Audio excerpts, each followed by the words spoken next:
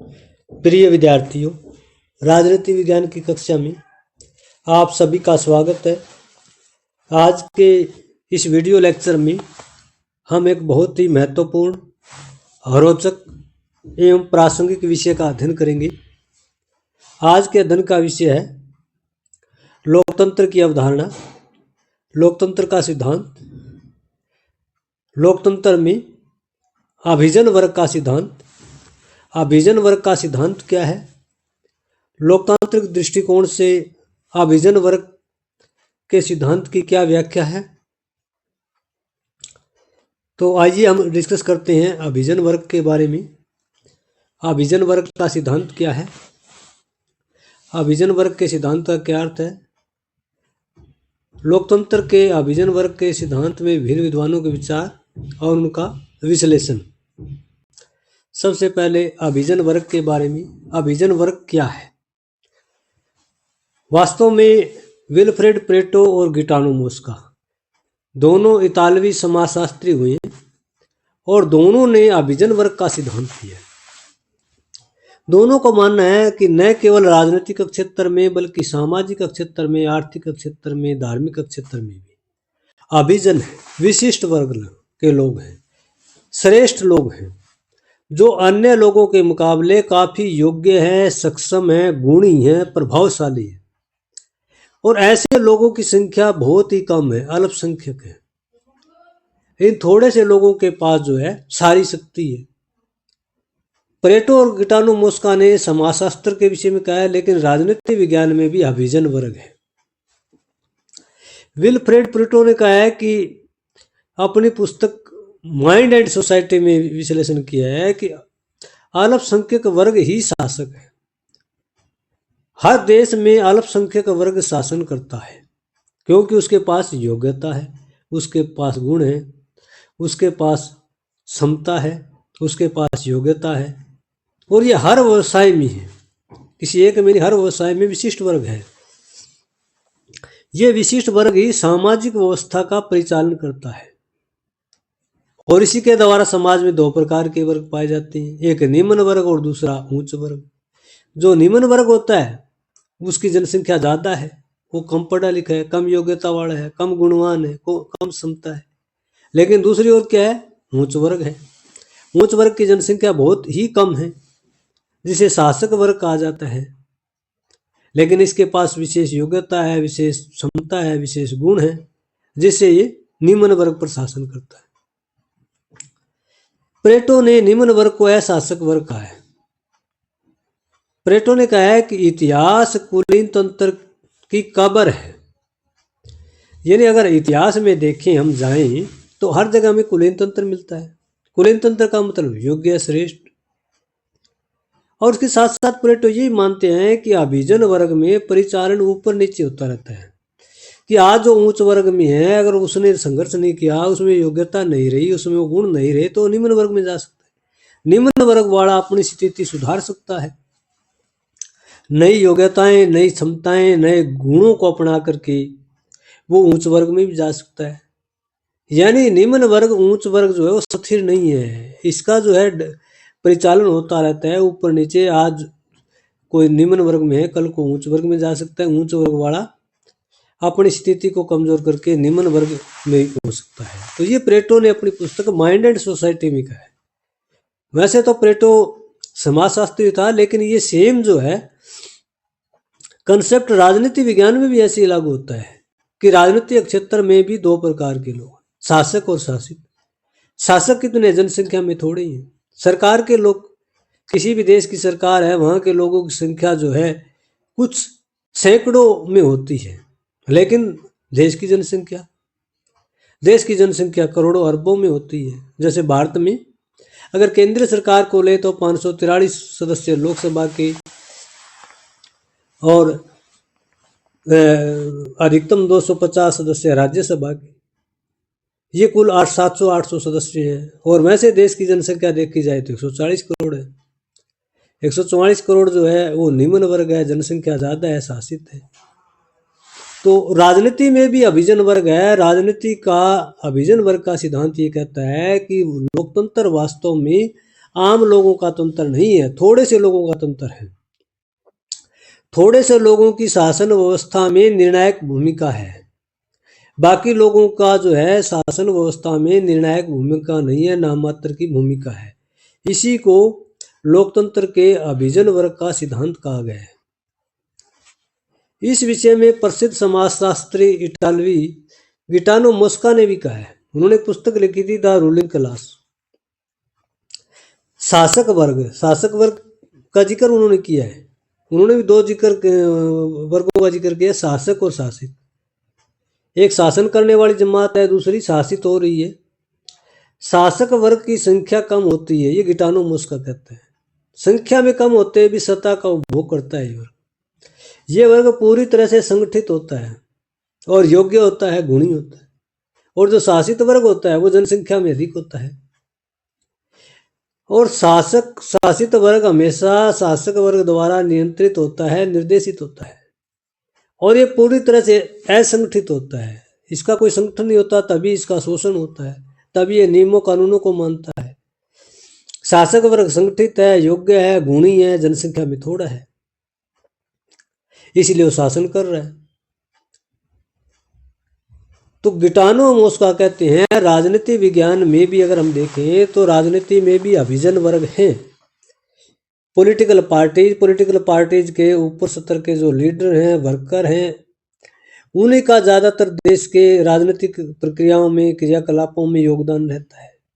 बाकी आम जो वोटर है वो एक पॉलिटिकल पार्टीज की जो पॉलिसी प्रोग्राम है उन्हीं को फॉलो करते हैं, उन्हीं का अनुसरण करते हैं।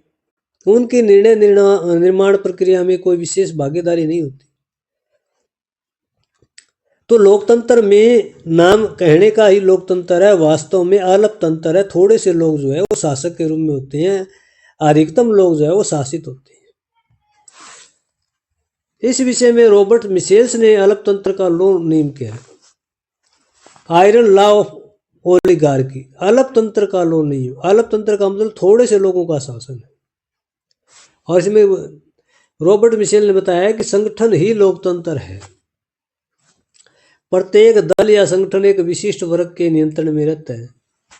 अब पॉलिटिकल पार्टी में ले, किसी भी देश में कोई रूलिंग पार्टी है, पोजीशन की पार्टी है, उस पार्टी के सभी लीडर, वर्कर्स, वो सभी पॉलिटिकल एलिट में नहीं आते, राजनीतिक अभिजन में नहीं आते। कुछ विशिष्ट लोग ही राजनीतिक अभिजन में आते। रॉबर्ट मिशेल्स का मानना है कि अधिकांश व्यक्ति आलसी होते हैं, उदासीन होते हैं राजनीतिक क्रियाकलापों के प्रति, लापरवाह होते हैं राजनीतिक गतिविधियों के प्रति, गुलाम प्रवृत्ति के होते हैं। उन्हें पता ही नहीं कि उनके अधिकार क्या है, उनकी राजनीतिक शक्तियां क्या है, वोट का क्या जो है पावर है, वोट से क्या क्या प्रभाव हो सकता है देश की राजनीतिक व्यवस्था में। उनका काम ऑर्डर को फॉलो करना है, निर्देशों का अनुसरण करना है, और इसलिए वो शासन में भी सक्रिय नहीं है। ऐसा होने के कारण ही नेताओं का जो है प्रभुत्व हमेशा जारी रहता है। नेता जो है आलसी लोगों को, उदासीन लोगों को, गुलाम प्रवृत्ति के लोगों को लगातार नियंत्रित करते हैं, निर्देशित करते हैं, अनुसरण करने के लिए प्रभावित करते हैं, प्रेरित करते हैं। तो रॉबर्ट मिशेल्स का मानना है बहुसंख्यक का शासन जो है वो मात्र एक कल्पना है। लोकतंत्र में हम कहते हैं कि सभी लोगों का सरकार है, सभी लोगों का शासन है, सभी लोगों को वोट डालने का अधिकार है, सभी को राजनीतिक गतिविधियों, क्रियाकलापों में भाग लेने का अधिकार है। वास्तव में जो निर्णय निर्माण प्रक्रिया है उस पर किसी भी देश के सीमित लोगों का ही नियंत्रण होता है, जिसे रॉबर्ट मिशेल ने कहा है आलप तंत्र के लो नियम, यानी लोकतंत्र नहीं, आलप तंत्र है। लोकतंत्र के अभिजन वर्ग के सिद्धांत में अगर हम देखें तो जेम्स बर्नम ने भी अपनी विचारधारा पेश की। उन्होंने एक पुस्तक लिखी थी मैनेजरियल रेवोल्यूशन, प्रबंधकीय क्रांति, और इस पुस्तक में उन्होंने अभिजन वर्ग को मार्क्सवादी विचारधारा से जोड़ा है। उनका मानना है कि अभिजन वर्ग या विशिष्ट वर्ग जो है वो अर्थव्यवस्था से जुड़ा हुआ है, आर्थिक गतिविधियों, आर्थिक क्रियाकलापों से जुड़ा हुआ है। जेम्स बर्नम का मानना है कि अभिजन वर्ग की शक्ति का आधार उत्पादन और वितरण है। देश के उत्पादन पर, देश के वितरण पर जिन लोगों का नियंत्रण है वही राजनीतिक, सामाजिक, आर्थिक व्यवस्था को प्रभावित करते हैं। समाज के समूह में सत्ता के लिए संघर्ष। वर्ण मानता है कि समाज में अनेक प्रकार के समूह हैं और उस समूह में सत्ता के लिए हमेशा संघर्ष चलता रहता है। और प्रबंधक या अभिजन वर्ग जो है इसका एक बड़ा नियंत्रण रहता है, क्योंकि किसी प्रकार की फैक्ट्री में, किसी प्रकार की इंडस्ट्री में जो मैनेजिंग कर रहा है, जिसके पास मैनेजरियल पावर है, उसकी निर्णायक भूमिका होती है। जेम्स बर्नम का मानना है कि धीरे धीरे पूंजीवाद का पतन हो रहा है और औद्योगिकरण की प्रक्रिया तीव्र हो रही है। इसी से सारी पावर धीरे धीरे क्या है, जो मैनेजरियल स्टाफ है, मैनेजिंग कर रहा है सिस्टम में, इंडस्ट्री में, उनके पास जो है अभिजन वर्ग की शक्ति है। लोकतंत्र के अभिजन वर्ग के सिद्धांत में सी राइट मिल्स का मानना है कि शक्ति जो है वो अभिजन वर्ग के हाथ में, जो जनसंख्या में थोड़े होते हैं। और डब्ल्यू राइट्स जो मिल्स हैं, उन्होंने कहा है कि इस अभिजन वर्ग में उच्च स्तर के सैन्य अधिकारी, धर्मगुरु, उपदेश देने वाले, पद धारण करने वाले, संस्थानों में उच्च पदों पर व्यक्ति निर्णय लेने वाली भूमिका में रहते हैं। तो एक प्रकार से अगर CW राइट्स मिल के विचारों का अध्ययन किया जाए तो मिल्स कहते हैं कि अभिजन वर्ग में सैन्य अधिकारी, धर्मगुरु, उपदेश देने वाले, उन संस्थानों पर धारण करने वाले, ये सभी अभिजन वर्ग में आते हैं। और वास्तव में ये किसी देश की सामाजिक, आर्थिक, राजनीतिक व्यवस्था में नियंत्रक की भूमिका निभाते हैं, बाकी लोग केवल अनुसरण करते हैं। इस संबंध में कार्ल मैनहीम ने अपनी पुस्तक आइडियोलॉजी एंड यूटोपिया में अभिजन वर्ग के बारे में बताया है। कार्ल मैनहीम का मानना है कि अभिजन वर्ग केवल अकेला नहीं है, बल्कि उस वर्ग में भी कई प्रकार के वर्ग हैं जो सत्ता प्राप्ति के लिए हमेशा संघर्ष करते हैं, प्रतिस्पर्धा होती है। और शक्ति जो है अभिजन वर्ग के हाथों में रहती है। यानी अभिजन वर्ग में और कैटेगराइजेशन किया जाए तो उन विभिन्न प्रकार के ग्रुपों में इस पॉलिटिकल पावर को गेन करने के लिए हमेशा संघर्ष बना रहता है। लोकतंत्र के अभिजन वर्ग के सिद्धांत में प्रमुख जो विद्वान है शुम्पेटर, उसके विचारों का अध्ययन करना भी उतना ही महत्वपूर्ण है। शुम्पेटर ने एक पुस्तक की रचना की थी, इंपीरियलिज्म एंड सोशल क्लास, साम्राज्यवाद और सामाजिक वर्ग। और इस पुस्तक में उन्होंने एनालिसिस किया है कि लोकतंत्र में अभिजन वर्ग का व्यवहार एक विशेष प्रकार का व्यवहार है। क्या व्यवहार है? जैसे व्यापारियों का व्यवहार है। व्यापारियों की आपस में तेल के लिए प्रतिस्पर्धा होती है, राजनेताओं की भी आपस में प्रतिस्पर्धा है, वोट के लिए प्रतिस्पर्धा करते हैं। तो अभिजन वर्ग में भी कई तरह की प्रतिस्पर्धाएं होती हैं। शुम्पेटर जी मानते हैं कि अभिजन लोगों के अनेक समलोकतांत्रिक, अनेक प्रकार के जो है सामान्य ग्रुप हैं। शुम्पेटर जी मानते हैं कि लोकतांत्रिक समाज एक बहुलवादी समाज है, यानी उसमें बहुत सारे ही अभिजन हैं। तो लोकतंत्र के विषय में शुम्पेटर का कथन जो है वो साम्राज्यवाद और समाज वर्ग से संबंधित है, जिसमें वो अभिजन वर्ग के व्यवहार पर गहराई से अध्ययन करता है। आर्टिगा वाई गोसे का ही मानना है कि लोकतंत्र में सभी लोगों का तंत्र नहीं है, सभी लोगों की सरकार नहीं है, सभी लोगों की भागीदारी नहीं है, बल्कि कुछ विशिष्ट लोगों की भागीदारी, कुछ विशिष्ट लोगों के पास नेतृत्व की क्षमता होती है। इसलिए आर्टेगा वाई गासे ने समाज के दो पक्ष बताए हैं। गोसे का मानना है कि दो पक्ष हैं, जिसमें एक नेतृत्व करता है और दूसरा अनुसरण करता है। एक में नेतृत्व की क्षमता है, दूसरे में अनुसरण की क्षमता है, अनुसरण करने की रुचि है। एक निर्देश देने का कार्य करता है, दूसरा निर्देश को स्वीकार करने, उसका अनुसरण करने का कार्य करता है। जो एक पक्ष है उसमें योग्यता भी है, जो नेतृत्व कर रहा है उसके अंदर गुण भी है, उसके अंदर क्षमता भी है। लेकिन जो फॉलो कर रहा है, जो अनुसरण कर रहा है, अनुकरण कर रहा है, निर्देशों को आदेशों को मान रहा है, वो जो है पूरी तरह से योग्य नहीं है, पूरी तरह से गुणी नहीं है, पूरी तरह से उसके अंदर योग्यताएं नहीं है, क्षमताएं नहीं है, इसलिए वो नेतृत्व का अनुसरण करता है। आर्टेगा वाई गासे ने कहा है कि केवल किसी एक देश में नहीं बल्कि विश्व के हर प्रकार के समाज में अल्पसंख्यक वर्ग शासन करता है। बहुसंख्यक वर्ग नाम मात्र का है। बहुसंख्यक वर्ग जो है एक कल्पना है, वास्तव में अल्पसंख्यक वर्ग ही शासन करता है, क्योंकि अल्पसंख्यक वर्ग के पास विशेष प्रकार की योग्यता होती है, विशेष प्रकार के गुण होते हैं, विशेष प्रकार की क्षमता होती है जो दूसरे अन्य लोगों में नहीं होती। अन्य जो लोग हैं जिनकी संख्या बहुत ज़्यादा है, वो नियमों को, कानूनों को, आदेशों को मानने में अपनी रुचि दिखाते हैं, स्वीकार करने में अपनी रुचि दिखाते हैं, जैसे निर्देश आते हैं वो उनका वैसे ही अनुसरण करते हैं। हालांकि अर्टेगा वाई गोसे का मानना है कि विशिष्ट वर्ग का होना आवश्यक है, इसके बिना देश और समाज की उन्नति नहीं है, क्योंकि विशिष्ट वर्ग अभिजन वर्ग में ही नेतृत्व के गुण हैं, अभिजन वर्ग में ही योग्यता का भाव है, अभिजन वर्ग में ही देश का नेतृत्व करने की क्षमता है, देश को आगे बढ़ाने की क्षमता है।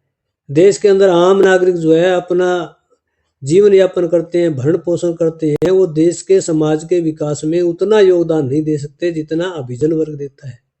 इसलिए आर्टेगा वाई गोसे ने समाज के दो वर्ग बताए हैं और उसमें अभिजन वर्ग का होना उन्होंने आवश्यक बताया है। तो हमने स्टडी किया है कि अभिजन वर्ग का सिद्धांत क्या है, लोकतंत्र का अभिजन वर्ग का सिद्धांत क्या है। लोकतंत्र में समाज के थोड़े से लोगों के पास राजनीतिक शक्ति है, बाकी लोग जो है उस राजसत्ता का, उस नेतृत्व का जो आदेश दिए जाते हैं, निर्देश दिए जाते हैं, उनका अनुसरण करते हैं, उनको फॉलो करते हैं, किसी प्रकार का विरोध नहीं करते। क्यों कि जो शासित होने वाले लोग हैं वो जनसंख्या में ज़्यादा है लेकिन संगठित नहीं है, जनसंख्या में ज़्यादा है लेकिन उनके पास विशेष योग्यता, विशेष गुण नहीं है। जबकि जो अभिजन वर्ग है उसके पास विशेष योग्यता, विशेष गुण, विशेष क्षमता है, इसलिए वो नेतृत्व करता है, जिन्हें राजनीतिक अभिजन कहा जाता है। लेकिन बहुत सारे राजनीतिक चिंतक मानते हैं कि अभिजन वर्ग का सिद्धांत में बहुत सारी कमी है, बहुत सारे दोष हैं। आलोचक मानते हैं कि यह लोकतंत्र के विरुद्ध है। लोकतंत्र का अभिजन सिद्धांत केवल विशिष्ट व्यक्तियों की ओर संकेत करता है कि राजनीति में कुछ गुणी प्रभावशाली व्यक्ति ही शासक है, बाकी शासित है। वास्तव में देखा जाए तो ये लोकतांत्रिक प्रक्रिया के बिल्कुल विरुद्ध है, जो समाज के केवल सीमित लोगों को ही राजनीतिक महत्व प्रदान करता है। अभिजन सिद्धांत की दूसरी बड़ी आलोचना है कि यह व्यक्ति के महत्व को ही नजरअंदाज करता है। व्यक्ति के व्यक्तिगत जो गरिमा है उसके महत्व को पूरी तरह से नजरअंदाज किया गया है। व्यक्ति की कोई गरिमा इसमें दिखाई नहीं देती। व्यक्ति के अंदर विशेष प्रकार की योग्यता है, क्षमता है, गुण है, तो उसको जो है अभिजन कैटेगरी माना गया, बाकी आम जन के अंदर माना गया उसे। और आम जन का देश की राजनीतिक व्यवस्था में कोई महत्वपूर्ण रोल नहीं है, निर्णय निर्माण प्रक्रिया में कोई महत्वपूर्ण रोल नहीं है। इसलिए सिद्धांत जो है आलोचना के योग्य है। इस सिद्धांत में आलोचक यही मानते हैं कि मूल्यों को कोई बढ़ा नहीं दिया गया। राजनीतिक व्यवस्था में, नेतृत्व में बहुत सारे सामाजिक और राष्ट्रीय मूल्य होते हैं जिनके बल पर कोई नेता आगे बढ़ पाता है, जिसके बल पर कोई राजनीतिक दल आगे बढ़ पाता है, जिसके बल पर कोई व्यक्ति या व्यक्ति समूह देश का, समाज का नेतृत्व करता है। ऐसे नैतिक और राष्ट्रीय मूल्यों को पूरी तरह से इसमें दरकिनार किया गया है। इस सिद्धांत के आलोचक मानते हैं कि इसमें नेताओं की तानाशाही को बढ़ा दिया गया है। चाहे सामाजिक क्षेत्र में नेतृत्व करने वाले हो, धार्मिक क्षेत्र में, राजनीतिक क्षेत्र में, आर्थिक क्षेत्र में, जो भी नेतृत्व करता है उसमें नेताओं की तानाशाही को इस सिद्धांत में बढ़ा दिया गया है कि जो लोग गुणी है, योग्य है, सक्षम है, वही देश को आगे बढ़ा रही है और उनकी संख्या थोड़ी है। जिन लोगों के पास विशेष गुण नहीं है, विशेष योग्यता नहीं है, विशेष क्षमता नहीं है, वो लोग जो बहुसंख्यक है शासित हो रही है। और अभिजन वर्ग के जो सिद्धांत दिए गए हैं, निर्देश दिए गए, आदेश दिए गए, उनको जो है स्वेच्छा से स्वीकार करते हैं। इस सिद्धांत की आलोचक इस प्रकार भी आलोचना करते हैं कि ये जो विषमता दिखाई गई है ये लोकतंत्र के विरुद्ध है, यानी समाज के बहुसंख्यक वर्ग की पूरी तरह से इसमें भर्त्सना की गई है, उसके महत्व को, राजनीतिक प्रभाव को नजरअंदाज किया गया है, जबकि वास्तव में किसी भी देश की सरकार को बनाने में इस बहुसंख्यक वर्ग का ही रोल रहता है।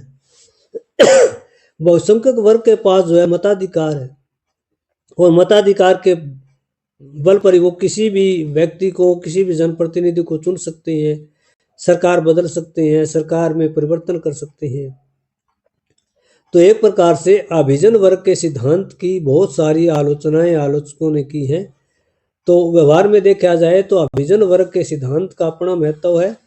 हालांकि इसमें जो है समाजशास्त्र में पहले यूज किया गया था, लेकिन धीरे धीरे जो है राजनीति विज्ञान में भी राजनीतिक अभिजन को अपनाया गया, जिसे पॉलिटिकल एलिट कहते हैं। कि राजनीति में सभी लोगों का राजनीतिक महत्व, राजनीतिक प्रभाव, राजनीतिक भूमिका वैसी नहीं है जैसे कुछ विशेष लोगों की होती है। और कुछ विद्वानों ने इस सिद्धांत की आलोचना भी की है।